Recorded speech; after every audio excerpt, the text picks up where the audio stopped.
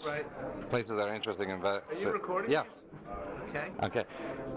Alaska Anchorage, you seem to be one of the places that will be benefiting the most from that opportunity zone and the Trump proposed $1.5 trillion infrastructure fund.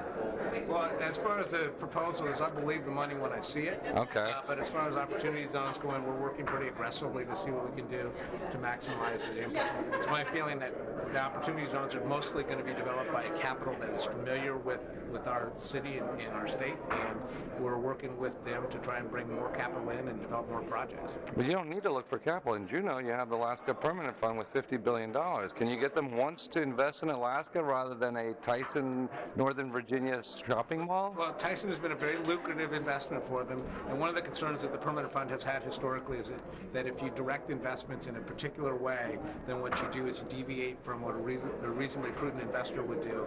And if you look at what the consequences have been for other funds, for example, the Heritage Fund in Canada, it is not good.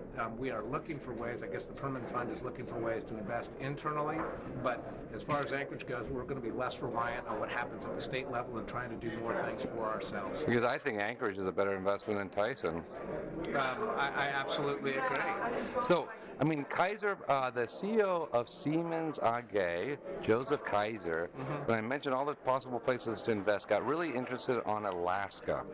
Well, give him my contact number. Happy to chat with them. So what kind of privatizations or P3s do you have? I mean, Anchorage Airport, how about that? That's Anchorage Airport is a state facility. But the municipality, we have a smaller airport.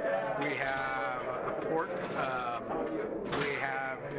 We're in the process of selling one of our selling our electric utility. That sale is almost complete. So we're looking for. Who are you selling that for? How much? We're selling for just over $1 billion to the adjoining co-op.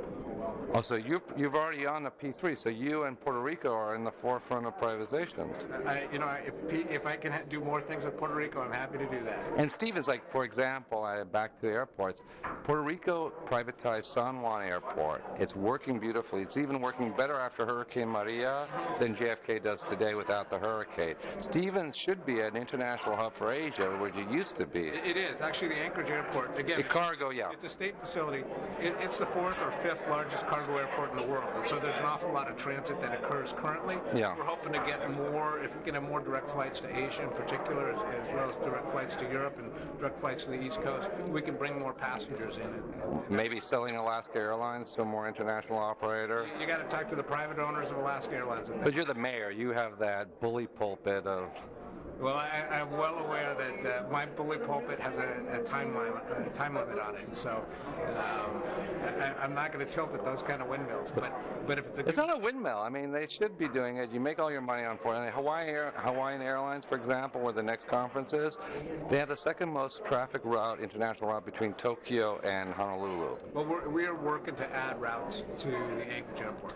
But that's something that's aggressively being done. But again, I operate in conjunction with what the state. So you're doing $1 billion utility IPO, Stevens Airport, which should be worth quite a few billions of dollars.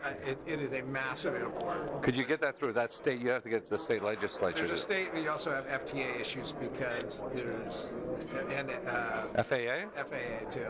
We talked to Lan Chow just down the road. Are you going to the White House with Mr. Benjamin now? I was not invited to the White House.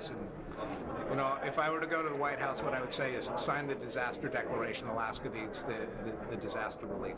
Okay, thank you, sir. Thank you very much. Okay.